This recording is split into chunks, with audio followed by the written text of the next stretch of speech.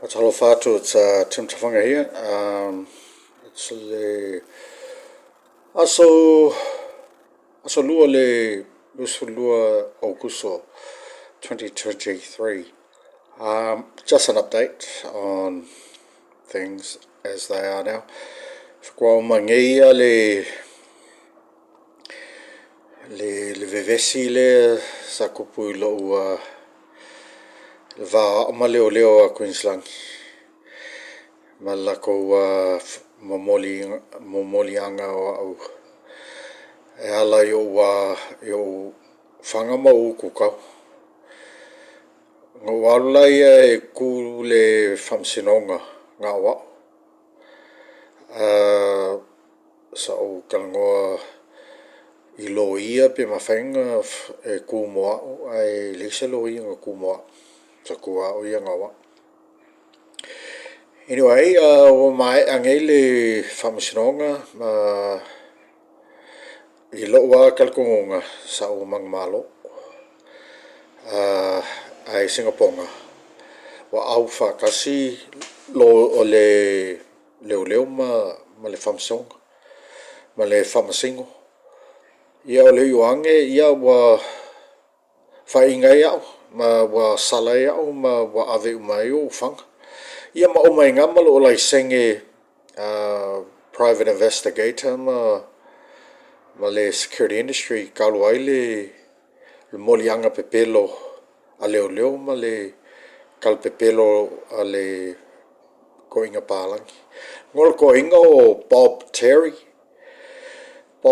ngo le koinga le sa whanganuenga le cap security ma o ke loa foi o le pepelo a le kapangile ka o cap security. Kaluai o le molianga pepelo a Kagaka ia ma le whailongalango a Leoleo. Ia ma lei ma se lo ia e ku moa. Ia ngā kuao ia ngā wao. Malo o maukingoa sa o Malo ai Singaponga. O ngei Kuinisilani. Pe iei Kagaka e whau leanga ma au whakasima Kagaka e au amio leanga kai pe o Leoleo. Leoleo ngei Kuinisilani mo Kagaka amio leanga ma kalpepelo, ma lo ia pepelo, ma Leoleo pepelo. Ia, pauanga lo magakuinga makaupu, I o mai angei. Ai, wa o ngei o le private investigator kusa I ka o le private detective ai I le kaulia ngei Kuinisilani awa o le Queensland Police Services e le anga ma ia la kou le Queensland Private Investigators. Langa ese mako ilalo I for le Security Providers Act, ma lalo I for le Office of Fair Trading, ma le Ministry of Justice a Queensland ai ese mai le police powers I le Queensland Police Services. Ia kaluai wa whai inga, I wale koe awau I mea ka o security service provision I ngei Kuinisilani. Hio lava wa ola au I ngei wa fast food lua ngei kausanga wa ola au I ngei I Kuinisilani ai o le mea lea o le whailongalangu ma Leoleo. Lako le anga ma ia o private investigators. Ia wale kaulia I lo ua kulanga. Ma le history au I ngei Kuinisilani sa o whai o apili I moliaanga ia sa whai ia kausanga e fia. Kaluai ngā moliao I le kasi iwa kolu. E sa o apili le moliao kaluai le kemisawa o ngā le ingaveske Kuinisilani. Sa osofia au e palangi ko wha sa ngā wailo au vai ngā whasea o I le taxi rank I Sherwood I le meka o Sherwood Road I le sabale ka o Tuwong I November lusfulongo kasi iwa kolu sa ko lo lusfulu whakau sanga le keminga sa o ngai le University Queensland ngā mai elo lo whailonga ngō mawailo Bachelor of Arts degree ai sa molia o Leoleo sai lima kalwaingo ngō fasiel palang ngō fasiel palang I awa o la konga o Sofia in self-defense ngō fasiel palang ai sai lima o au ma molia ia o Leoleo Iwa lava ngō ke lo le self-defense ngō fasiel palangi ai whamaile whamsingo ia e kolokau sanga sai o lima ia whailonga langu a le whamsingo ma Leoleo ngai Ausetalia wo mai ngā sala ma ngā soli kulafongo ma umanga o whasaoloko mai le whalako e se ngā vaikingi a lea kululoa e Leoleo a o I ngā kengi a o le vanga mafu ngā kulanga I loa le malia I Leoleo I ngā vaikingi leo o mai le kengi I kululoa e Leoleo langa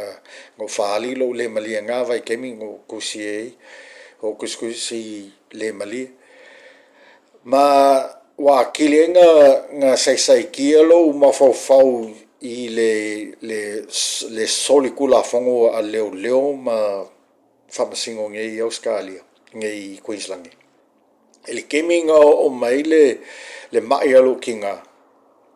sa ka oko elo kinga I le whale mai a wa Samoa ia le mele ka le cervical cancer ai le I ka ua e fomai o le pepelo o fomai o whaase e ilo kinga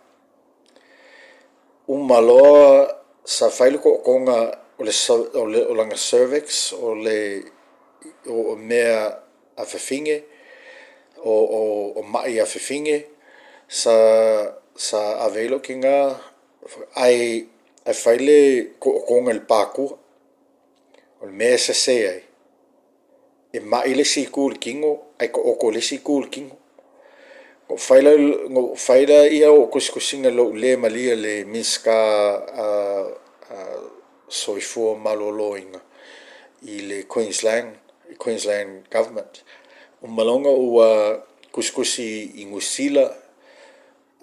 ngā vai gaming o kuskusi le miska o Pacific Island Affairs ia Makoshi le Pule inga I Niu Sila ma le miska Tagata Pasefika o whaali lo le malia le whainga o loki ngā ngai e mai le sikul kingo ai ka oko le sikul kingo ai o le konga ngai langa pākua le umia ai maliu lo kinga o whaali e ngā lo le malia o whapea o le whasioki Kagaka I le whalmai vave ngā maliu ai lo kinga I ngā vai gaming o whai o kuskusinga lo le malie I le Malo o Queensland le ango mai a la ko lo kausanga ngā o le lua o lua ngō alulai ngō whailo private investigator ma whailo so I le Leoleo security services awa I lo anganga o ka le fia awai ma Leoleo a Queensland awa o ngei o le councillor o le Australian Republican movement o ka le ioe la ia le aol Malo a Peletania e whai ma le aol Malo o Ausetalia winganga o ka le fia Leoleo I ngei I Ausetalia o ka le fia fika fo I ngei I Ausetalia awa o ka le ifo I se aol Malo mai Peletania Menga o ke vavai aku I kulanga lea I Samoa la faile chogam I o ke topa lusukasi lua o lua fa chogam la ia o sesiku o le lifonga a Malo ia pelkangia ia o ke malamangai kulanga ai leo ke fai aku kaluai o le Republic o mei le vese ia o le va o Leoleo male mafuaaga o le maliolo kinga o le leanga o Leoleo ma faufau leanga o Kagaka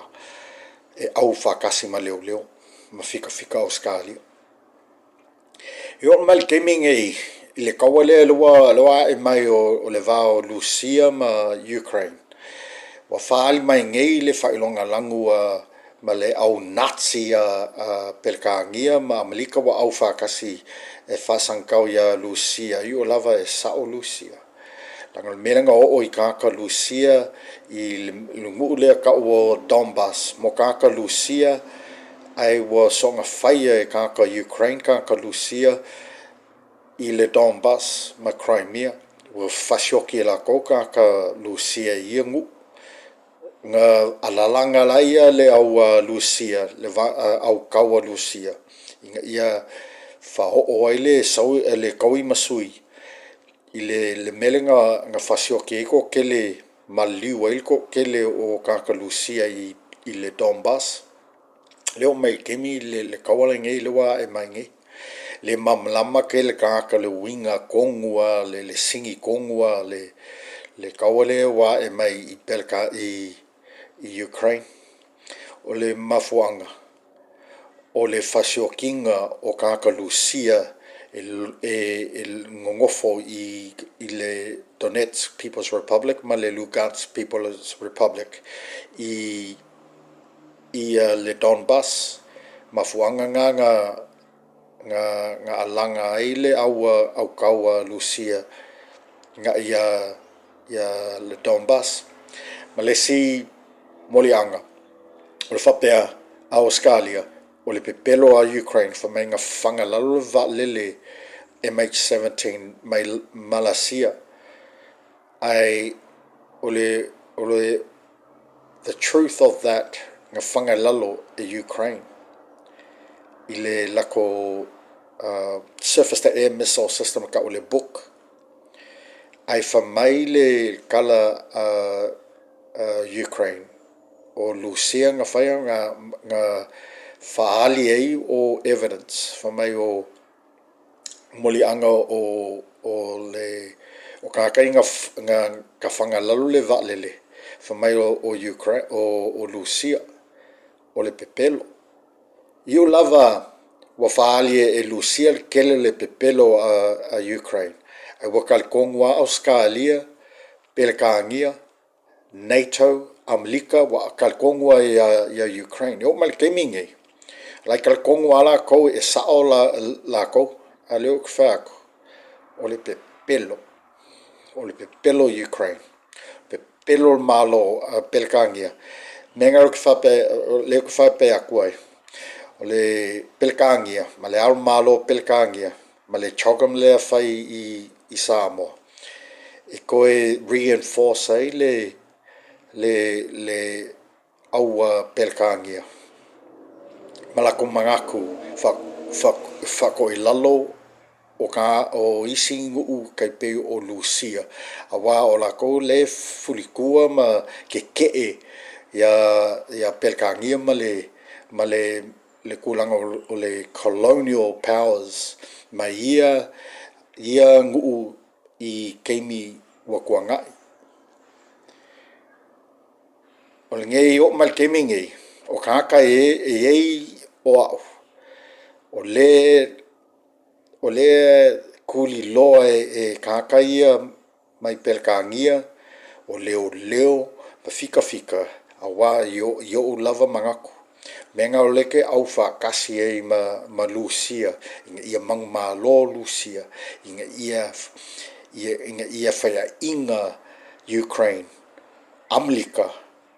ma ai meise pelekangia. Ia maso mangako nga malngei vai kemi. Leo ke kuo ke whangaloenga le federal referenda le ko e whai o ke topa. Referenda le kai peo le referenda le nga whai i Ukraine le nga ke e Ukraine ma Amerika ma pelekangia. Ia la whai whailma ko referenda. Ia, walawa whoi ngei update mal ngei vai kemi. Ia, maguia kako so shua.